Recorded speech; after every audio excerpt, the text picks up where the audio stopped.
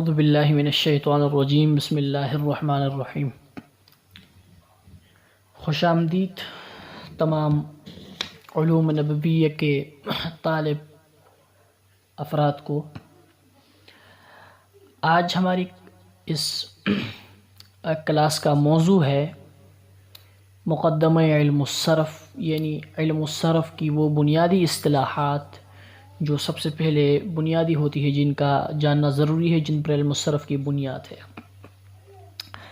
علم الصرف کی تعریف ہم نے پڑھی تھی شروع میں کہ لغت میں اسے ہٹانے اور الگ کرنے کو کہتے ہیں، جبکہ اصطلاح میں صیغوں کے گرداننے کو، صیغوں کے پہچان کو ایک صیغہ سے دوسرا صیغہ بنانے کو ہم صرف کہیں گے۔ اس کا موضوع افعال متصرفہ اور اسماء متمکنہ بحثیت صیغہ ہوں گے۔ افعال متصرفہ یعنی وہ افعال متصرفہ کون سے ہیں، ماضی، مضارع وغیرہ، اور اسماء متمکنہ فاعل، مفعول وغیرہ، یہ بحثیت صیغہ ہوں گے کہ آیا یہ کون سا صیغہ ہے، ماضی کا، مضارع کا، فاعل کا، مفعول کا۔ یہ ہے غرض و غایت اس کا وہیں الفاظ کو صحیح طور پر پڑھا جائے اور عربی کے اندر غلطیوں سے انسان کی حفاظت ہو۔ اور مرحل الارواح کے اندر ہے کہ الصرف ام العلوم، صرف کو تمام علوم کی ماں قرار دیا گیا ہے۔ مسلم بن الحرہ کوفی رحمۃ اللہ علیہ اس کے مدون ہے، مشہور قول یہ ہے، معاذ بن مسلم الحرہ بفتح الحاء تشدید الراء، معاذ بن مسلم الحرہ کوفی، یہ کپڑے کے تاجر تھے، اس وجہ سے یہ نسبت کی جاتی ہے۔ سب سے پہلے سمجھ لیں کہ زبر، زیر اور پیش، یہ آپ نے قاعدے کے اندر پڑھا ہوگا کہ یہ حرکت کہتے ہیں انہیں۔ زبر، زیر، پیش کو حرکت بولتے ہیں، اور اس کے بعد ایک سکون ساکن ہے، اور اس کے بعد شد ہے، تشدید۔ زبر، زیر اور پیش کا مشترک نام حرکت ہے، اور یہ جس حرف پر آ جائیں گے اس حرف کو متحرک کہا جائے گا، اسم فاعل کا صیغہ لا کر۔ لیکن صرف کی اصطلاح کے اندر ہم پیش کو ضمہ کہیں گے یا رفع کہیں گے، اس میں تھوڑا سا فرق ہوتا ہے، وہ انشاءاللہ آگے آپ سمجھ جائیں گے۔ ضمہ اور رفع میں نام ایک ہے، لیکن ضمہ اور رفع تھوڑا فرق ہے۔ زبر کو فتح یا نصب کہیں گے، زیر کو کسرہ یا جر کہیں گے، ٹھیک ہے۔ اس طرح جس حرف پر رفع یا ضمہ ہو اور اس کو مرفوع یا مضموم، جس حرف پر فتح یا نصب ہو اس کو مفتوح یا منصوب، جس حرف پر جر یا کسر ہو اسے مجرور یا مکسور پڑھیں گے، یہ ان کا نام ہوگا۔ اور ان حرکات کو جری، کسرہ، فتح، نصب اور رفع، ضمہ کہیں گے۔ اس کی پوری جامع مثال ضرب ہے۔ ضرب کا ماضی مجہول کا صیغہ پہلا ضرب، ضاد مرفوع ہے، را مکسور ہے، با مفتوح ہے، یہ تینوں اس میں آ جاتے ہیں۔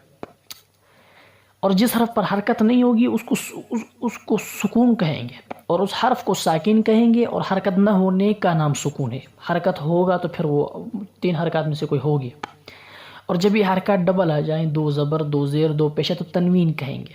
یعنی جہاں دو زبر ہو اسی حرف کو ہم نون ساکن کے ساتھ ملائیں گے۔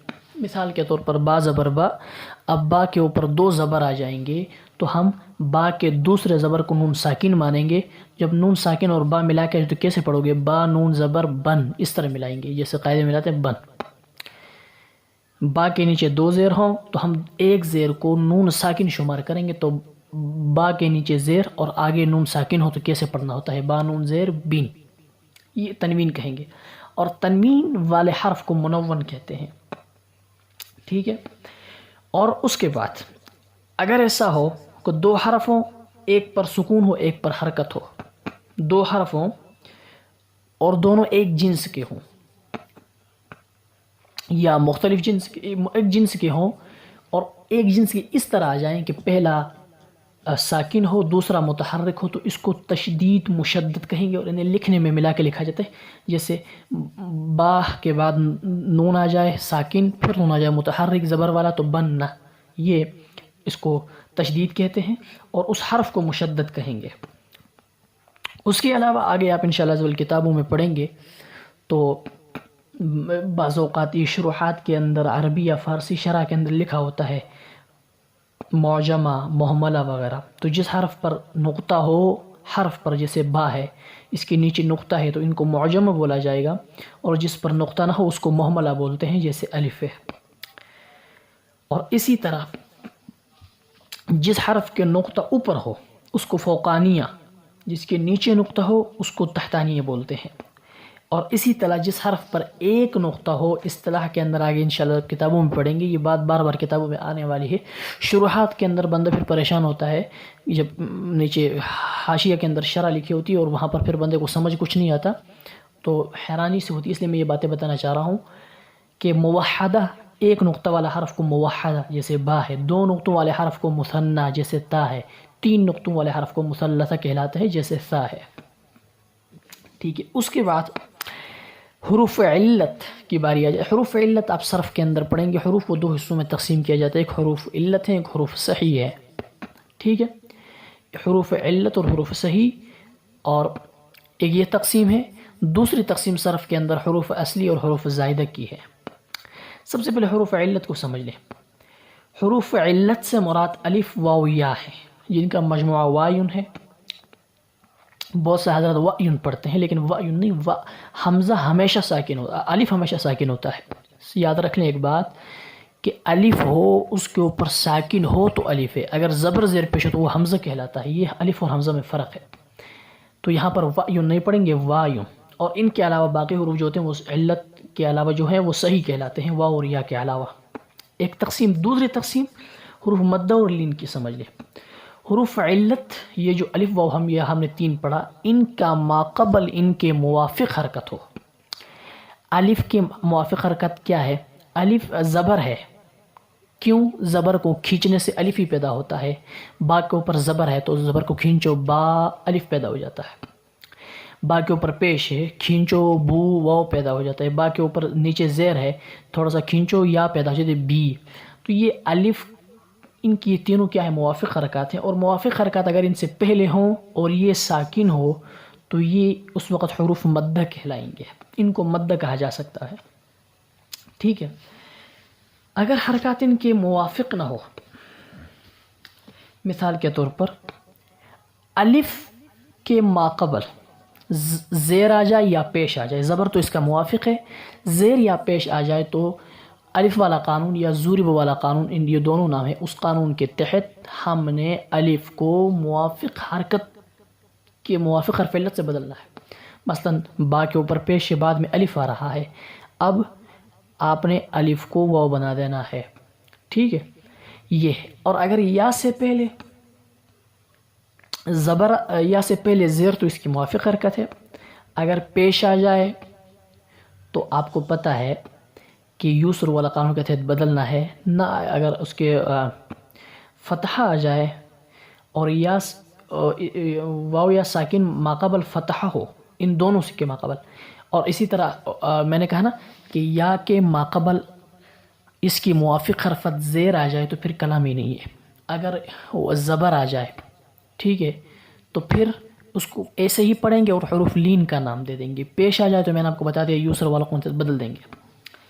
اس طرح یا ہے، واو ہے، یا کہ ہم نے بحث کی، واو سے پہلے پیش آ جائے تو کوئی کلام نہیں کیونکہ یہ اس کی موافق حرکت ہے۔ اگر زیر آ جائے تو پھر میعاد والا قانون کے تحت واو کو یا کر دیں گے۔ اگر فتحہ آ جائے تو ایسے ہی پڑھیں گے اور اس کا نام حروف لین رکھیں گے، ٹھیک ہے۔ اس کے بعد اب آ جائے کلمہ، انسان کے منہ سے نکلنے والی آواز، جو ہم نے لفظ جو ہم نے نحو میں پڑھا ہے کہ وہ آواز حروف کی صورت میں ہوگی۔ لفظ کہیں گے، با مانا تو لفظ موضوع، بے مانا لفظ محمل، اور اسی لفظ موضوع کو کلمہ کہتے ہیں، ٹھیک ہے، اسی لفظ موضوع کو کلمہ کہتے ہیں۔ اور پھر اسی کلمے کی تین قسمیں ہیں، اسم، فعل، حرف، اور ان تینوں قسموں کو صرفی سے اقسام کہتے ہیں، سہ اقسام، سینہا سے اقسام۔ ہاں، ان کی تعریفات آپ نے پڑھا ہے اور یہ بہت ہی آسان ہے کہ اسم اور فعل دونوں اپنے زمانے پر دلالت کرتے ہیں، حرف اپنے معنی پر دلالت نہیں کرتا، اسم اور فعل اپنے معنی پر دلالت کرتے ہیں۔ اب اسم اور فعل میں فرق یہ ہوتا ہے کہ اسم میں کوئی زمانہ نہیں ہوتا، فعل میں زمانہ موجود ہوتا ہے، یہ ان کا ہے۔ اور اب زمانہ کیا ہے جی؟ زمانہ وقت کو کہتے ہیں، ٹائم، وقت۔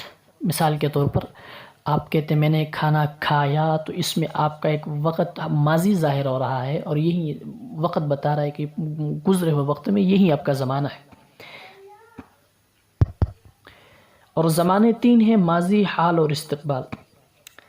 ٹھیک. اگلی تقسیم سمجھ لیں، واحد، تثنیہ اور جمع والی. یہ کچھ تقسیمیں ہیں جو آپ نے سمجھنا ہے. اسم کی افعال کی جو تقسیمیں ہو رہی، واحد ایک کو کہتے ہیں، تثنیہ دو کو، جمع دو سے زائد کو. ٹھیک ہے، کیونکہ آپ آگے صیغے پڑھیں گے تو پھر آپ کے لیے مسئلہ ہوگا اگر واحد تثنیہ جمع آپ کو پتہ نہیں ہوگا. اسی طرح مذکر اور مؤنث کو سمجھ لیں، مذکر نر کو اور مؤنث مادہ کو کہتے ہیں. یہی چیزیں آپ کو آگے جب آپ گردان پڑھیں گے تو وہاں گردان کا ترجمہ لکھا ہوگا اور آپ کے لیے مشکلات ہوں گی. اگلی چیز گردان کے اندر حاضر غائب متکلم کی ہوگی بحث. حاضر جس کے بارے میں غائب جس کے بارے میں بات ہو رہی ہو وہ موجود نہ ہو. حاضر جس سے بات ہو رہی ہو، جو آپ کا مخاطب ہے، جس سے آپ محو گفتگو ہیں. اور متکلم جو خود بات کرنے والا ہے. اس کے بعد ایک اور چیز سمجھ لیں، ایک گردانوں کے اندر ایک گردان آ جائے گی ظرف والی.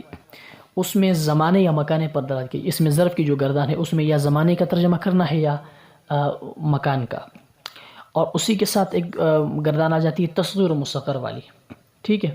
یہ تصغیر و مصغر تحقیر شان یا جو جسمانی جسم ہے، اگر جسم چھوٹا ہے کسی چیز کا تو اس کے لیے بھی یہ تصغیر استعمال کیا جاتا ہے. اس کا طریقہ یہ ہوتا ہے کہ اسم کے دوسرے حرف کے بعد یا بڑھانے کو تصغیر کہتے ہیں، اور یہ کسی چیز کا چھوٹا پن ظاہر کرنے کے لیے ہوتا ہے. ٹھیک ہے. اور یہ جو یا درمیان میں بڑھائی جاتی ہے اسے یا تصغیر بولتے ہیں. یہ اب جب آپ تصغیر کی گردان پڑھیں گے، ٹھیک ہے، تو مضیربن جب آپ پڑھیں گے تو یہ درمیان والی یا کو یا تصغیر بولتے ہیں. اس وقت آپ سے پوچھا جائے گا یہ یا کہاں سے آئی، تو پھر آپ نے کہنا یہ یا تصغیر ہے. اور جس اسم کی تصغیر بنائے جائے اس اسم کو اسم مصغر کہتے ہیں، اور اگر تصغیر نہ ہو تو اسے مکبر کہتے ہیں. اور تصغیر کے مشہور تین اوزان بھی ہیں، فعیل، فعیل، فعیل، یہ ہے. اور بعض جگہوں پہ علماء کرام نے مولانا مشتاق احمد چرتھاولی صاحب رحمۃ اللہ علیہ نے اپنی کتاب کے اندر اس میں منصوب کو بھی ذکر کیا ہے نحو کے، اور میں سمجھتا ہوں وہ بھی طلباء کو پتہ ہونا چاہیے، ہلکا سا ذہن میں رکھنا چاہیے. بعض اوقات یا نسبت جو آتی ہے منصوب یا نسبت آخر میں لانا پڑتا ہے، اور یا نسبت جب آخر میں آتی ہے تو طلباء صیغے نکالنے میں پریشان ہو جاتے ہیں. یہ یا کہاں سے آ گئے تو پھر انہیں بتانا ہوتا ہے کہ بھائی یہ یا نسبتی ہے. یا نسبتی لگا کر کسی چیز کی طرف نسبت کی جاتی ہے اور اس کو اس میں منصوب کہتے ہیں. ٹھیک ہے، اس کو اس میں منصوب کہتے ہیں. اچھا، اگلی چیز یہ جو ہم نے اسم کے متعلق ایک اور چیز سمجھ لیں کہ ظاہر و ضمیر. ٹھیک ہے، یہ میں بعد میں لیکن پہلے کچھ چیزیں سمجھ لیں جو صرف کے اندر قوانین لگا کر ہونے ہے اور جس کے ساتھ زیادہ آپ کا تعلق پڑنا ہے. وہ اعلال ہے، ابدال ہے، تخفیف ہے، ادغام ہے، اسکان ہے، قلب مکانی ہے. ہم صرف کے اندر اعلال اور تعلیل کریں گے. ایک حرف کو تبدیل کر کے دوسرے حرف کو لائیں گے، اعلال اور تعلیل کہلاتا ہے. مثال کے طور پر میوعاد سے میعاد بنا دیا، میعاد والا قانون کہتے ہیں. تو واو کو یا سے بدل دیا تو واو کی جگہ پہ یا لایا، حرف کی تبدیلی کی، اسے اعلال اور تعلیل کہتے ہیں. دوسری صرف کے اندر آپ نے جو زیادہ زیادہ کرنا ہے وہ ابدال ہے. ابدال کسے کہتے ہیں؟ اور حرف کی تبدیلی کو بھی ابدال ہی کہیں گے. اعلال و تعلیل تو مطلقاً سب کو کہا جائے گا، لیکن ابدال میں حرف کی تبدیلی صرف ایک مراد ہوگی. تخفیف کے اندر حمزہ میں تبدیلی کو تخفیف کہا جاتا ہے. ٹھیک ہے، حمزہ جو ہوتا ہے اس کے اندر جب کوئی قانون لگے گا تو اس کو ہم یہاں تعلیل ہوئی نہیں کہیں گے، یہاں تخفیف ہوئی ہے. اور جب دو حرف کو ملائیں گے ہم تو آپ یہ نہیں کہیں گے کہ جی یہاں تعلیل کر کے دو حرف ملایا گیا، یہاں ادغام کیا گیا ہے. ٹھیک ہے. اور بعض اوقات یہ ہوگا کہ ہم کسی حرف کی حرکت گرائیں گے. صرف کے اندر قوانین کہتے ہیں حرکت گرا کر اسے ساکن کریں گے تو آپ نے یہ نہیں کہنا کہ یہاں تعلیل ہو کر حرکت گری ہے، آپ نے کہنا یہاں اسکان ہوا ہے. ٹھیک ہے. اور بعض اوقات یہ ہوگا کہ ہم کسی حرف کو کسی حرف سے مقدم کریں گے. ٹھیک ہے، تو آپ نے یہ کہنا اسے تعلیل کر کے شروع میں لیا، ایسا نہیں کہنا. آپ نے کہنا یہاں قلب مکانی ہوئی ہے. یہ چند اصطلاحی باتیں ہیں جو آپ نے کہنا ہوتا ہے، کیونکہ اب تعلیل کا نام لے لیں گے تو یہ آگے بندہ کچھ اور سمجھ لے گا. اسم جو ہوتا ہے اس کی ایک اور قسم تقسیم ہے کہ ظاہر اور ضمیر. وہ اسم ضمیر وہ ہوتی ہے جو متکلم پر، مخاطب پر، غائب، ان تینوں پر دلالت کرتی ہے. ٹھیک ہے. اور ان تینوں پر جو دلالت نہ کرے، مطلب کسی کا آپ نام لے رہے ہیں عبداللہ، اب یہاں پر عبداللہ پر نہ متکلم بنایا جا رہا ہے، نہ مخاطب ہے، غائب ہے، کیا ہے کسی کو پتہ نہیں ہے. ہو سکتا ہے عبداللہ خود جو بولنے والا ہے یا جو اس کو بتا رہا ہے مخاطب یا غائب ہے. تو یہ اس میں ضمیر نہیں ہے، یہ اس میں ظاہر ہے. ٹھیک ہے، اس میں ضمیر کی 3 قسمیں بن جاتی ہیں، مرفوع، منصوب، مجرور. یہ انشاءاللہ اجرا کے اندر ہم پڑھیں گے، لیکن یاد رکھ لیں کہ مرفوع علامت فاعل کی ہوتی ہے، اور منصوب ضمیر کا ہونا یہ مفعول کی علامت ہے، اور ضمیر کا مجرور ضمیر جو ہوتی ہے وہ مضاف الیہ پر دلالت کرے گی، وہ مضاف الیہ ہی ہوتی ہے. اور پھر ضمیر مرفوع کی 2 قسمیں ہوں گی، مرفوع متصل اور مرفوع منفصل. ٹھیک ہے، مرفوع متصل جیسے ضرب، ضربا، ضربو، اس کے اندر یہ جو گردان کے اندر ضمیر ہے یہ، اور مرفوع منفصل جو الگ ہے. ٹھیک ہے، اسی ضمیر مرفوع کی 2 قسمیں ہیں. ضمیر مرفوع کی 2 قسمیں ہیں، ضمیر مرفوع متصل کی 2 قسمیں ہیں، بارز اور مستتر. ٹھیک ہے، بارز اور مستتر یہ ہے، بارز وہ ضمیر ہے جو فعل کے لام کلمہ سے ملی ہوتی ہے اور اس کے بغیر فعل تام نہیں ہوتا، یعنی اس کو الگ کیا جائے تو فعل نہیں. ضربا سے الف ہٹاؤ یا ضربہ دوبارہ واحد کا صیغہ بنتا ہے اور تثنیہ کا صیغہ تام نے ختم ہو جاتا ہے. اور ضمیر مرفوع متصل کی دوسری قسم مستتر ہے. مستتر وہ ہوتی جو ظاہر نہیں ہوتی، اس کو صرف اپنی طرف سے اعتبار کیا جاتا ہے. ضربہ کے اندر ہوا ضمیر ظاہر نہیں، ہم نے اپنی طرف سے مان لیا کہ یہاں ہوا ضمیر ہے. ٹھیک ہے، یہاں ہوا ضمیر ہے. اب پھر ضمیر مستتر کی 2 قسمیں ہیں، واجب الاستتار اور جائز الاستتار. یہاں پر پھر طلبہ کو تھوڑے سے مشکلات پیدا ہو جاتی ہیں کہ واجب الاستتار اور جائز الاستتار میں طلبہ تھوڑے سے پریشان ہوتے ہیں ان کی نشاندہی میں کہ کون سی واجب الاستتار ہے اور کون سی جائز الاستتار ہے. سب سے پہلے واجب الاستتار کو سمجھ لیں. واجب الاستتار جسے ہمیشہ مستتر رکھنا ہے، ٹھیک ہے، اس کو ہمیشہ مستتر رکھنا ہے. اور یہ ضمیر، اصل بات یہ ہے کہ یہ ضمیر کے اندر اس بات کو یاد رکھ لیں کہ یہ واجب الاستتار، ہم نے مستتر جو ضمیر ہے ہم یہ جانیں گے کہ مستتر کی ضمیر ماضی کے کتنے صیغوں میں مستتر اور کتنوں میں بارز، کتنے میں واجب الاستتار جائز الاستتار ہے، کتنے کے مضارع میں. ٹھیک ہے، اور امر کی بات ہی نہیں کریں گے. یعنی فعل کی تو 3 قسمیں ہیں، ماضی، مضارع، امر، اور ہم نے ان تینوں کے اندر پڑھنا ہے کہ ان تینوں میں کب ضمیر بارز ہوتی ہے، کہاں مستتر جائز الاستتار، کہاں واجب الاستتار. لیکن ہم ایک ماضی کا پڑھیں گے اور ایک مضارع کا، اور امر جو ہے امر کو ہم مضارع پر قیاس کریں گے. جو مضارع میں ضمیر ہے وہ امر میں بھی اسی طرح ہوگا. سب سے پہلے سمجھ لیں، سب سے پہلے بارز کی ضمیروں کا مکمل ابھی ہم تفصیلاً پڑھیں گے انشاءاللہ. اس کے بعد ہم اس لیکچر کو، اس ویڈیو کو ہم تھوڑا سا ختم کریں گے. ضمیر کو مکمل سمجھیں. ضمیر بارز کو سمجھ لیں، اس کے بعد مستتر کو. ضمیر بارز ماضی کے 12 صیغوں میں ہوتی ہے، مضارع کے 9 صیغوں میں ہوتی ہے. ضمیر بارز کا مختصر خلاصہ یہی ہے. ٹھیک ہے، ماضی کے 12 صیغوں میں، مضارع کے 9 صیغوں میں. اب ضمیر مستتر پہ آ جائے، یعنی بارز کے بعد مستتر ہی رہ جاتی ہے. اب واجب الاستتار اور جائز الاستتار کی بات ہے. یاد رکھیں کہ ماضی کے 12 کے بعد 2 صیغے بچے، ان 2 میں ضمیر مستتر جائز الاستتار ہوتی ہے. ماضی میں واجب الاستتار بالکل ہے ہی نہیں. یعنی جائز الاستتار جو ضمیر ہے وہ ماضی کے 2 صیغوں میں، واحد مذکر غائب اور واحد مؤنث غائب میں. اور یہی جائز الاستتار ماضی ہو، مضارع ہو، امر نہیں، سب کے واحد مذکر اور واحد مؤنث غائب کے صیغوں میں پائی جائے گی. ٹھیک ہے، واحد مذکر غائب اور واحد مؤنث غائب چاہے ماضی کے ہو چاہے مضارع کے ہو، ان میں جائز الاستتار ہوگی. اب ماضی کے 2 صیغوں میں جب جائز الاستتار آپ نے ہمیشہ ماننا تھا تو آپ نے مان لیا، تو نیچے 12 بچے، 12 میں بارز، تو ماضی کا مسئلہ حل ہو گیا، 14 پورے ہوئے. اب آپ آ جائیں مضارع پہ. اب مضارع پہ جو میں نے پہلے کہا کہ صیغہ واحد مذکر غائب اور واحد مؤنث غائب میں ہمیشہ جائز الاستتار ضمیر ماننی ہے، تو آپ نے مان لیا. تو نیچے کتنے بچے؟ 2 میں سے 2 تو یہاں سے چلے گئے، تو نیچے بچے 12. ان 12 میں سے آپ نے کیا کرنا ہے؟ اب ان 12 صیغوں میں واحد مذکر مخاطب،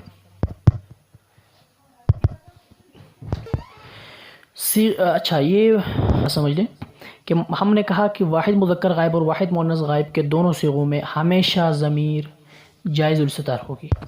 تو آپ نے ماضی میں مان لی تو پوری ہو گئی صیغے. اب مضارع کے اندر جہاں تک بات ہے، مضارع کے اندر 2 صیغوں میں آپ نے مان لیا، تو نیچے بچے 12. 12 میں سے واحد مذکر مخاطب اور واحد متکلم جمع متکلم، ان تینوں میں ضمیر واجب الاستتار مان لے. باقی جو صیغے بچیں گے ان میں آپ نے ضمیر بارز ہے، 9 صیغے نیچے بچتے ہیں. یہ ضمیر کا مکمل خلاصہ ہے. تو ایک بار خلاصہ دوبارہ سمجھ لیں. ماضی کے 2 صیغے، واحد مذکر غائب اور واحد مؤنث غائب کے تمام افعال میں ان 2 صیغوں کے اندر ضمیر جائز الاستتار ہوگی. یہاں ماضی کے اندر ہم نے جب یہ 2 صیغوں کے اندر یہ ضمیر مان لی تو نیچے 12 بچے، 12 میں بارز ہوتی ہے، ماضی ختم. بالکل اس طرح مضارع کے اندر پھر ہم نے ان 2 صیغوں میں ضمیر جائز الاستتار مان لی، نیچے بچے 12 صیغے، 12 میں سے واحد مذکر مخاطب، واحد متکلم، جمع متکلم، ان 3 صیغوں میں ہم نے ضمیر واجب الاستتار مان لی. 3 یہ چلے گئے، 2 پہلے اٹھائے گئے تو 5 چلے گئے، نیچے بچے 9 صیغے، تو 9 صیغوں کے اندر ضمیر بارز ہے. یہ ضمائر کا خلاصہ تھا. اب ضمیر منصوب کی طرف آ جائے. ضمیر منصوب کی بھی 2 قسمیں ہیں، یہ علامت مفعول کی ہے. ضمیر منصوب کی 2 قسمیں ہیں، منصوب متصل، منصوب منفصل. متصل وہ جو اپنے عامل سے ملی ہو، جیسے ضربہا، ضربہو، ضربہما، ضربہم. اور اسی طرح یہ حروف مشبہ بالفعل کے ساتھ بھی آتی ہے، اور چیزوں کے حروف ساتھ بھی آتی ہے، اسماء فعال کے ساتھ بھی آتی ہے. اور اس طرح منصوب منفصل دوسری قسم وہ ہے جو اپنے عامل سے جدا ہوگی، جیسے ایاہو، ایاہما، ایاہم. یہ ضمیر منصوب منفصل اور مرفوع منفصل ان کے متعین الفاظ ہیں. ہوا، انا، نحن، انت، انتم، انتم. یہ مرفوع منفصل کے، اور اس طرح منصوب منفصل کے ایاہو، ایاہما وغیرہ. مجرور کی پھر ایک قسم ہے، وہ مجرور متصل ہے. ضمیر مجرور متصل جو اپنے عامل سے ملی ہوتی ہے، اس کے عامل یہ حروف جارہ ہیں، جیسے لہو، لہما، لہم، لہا، لہما، لہن. یہ ہیں، یہ اسماء مضاف کے بعد آتی ہیں. یہ بھی کہا جا رہا ہے حروف جارہ اور اسماء مضاف کے بعد آتی ہیں، یہ اس کے عامل ہیں. اب ضمیر کی بات یہ ہے کہ ضمیر مرفوع متصل کی نشانی یہ ہے کہ ان کو ہٹا دے تو صیغہ نہیں بچے گا.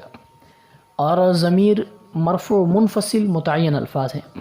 یہ اکثر مبتدا، خبر، فاعل، مفعول، نائب فاعل بنتے ہیں یہ ترکیب کے اندر.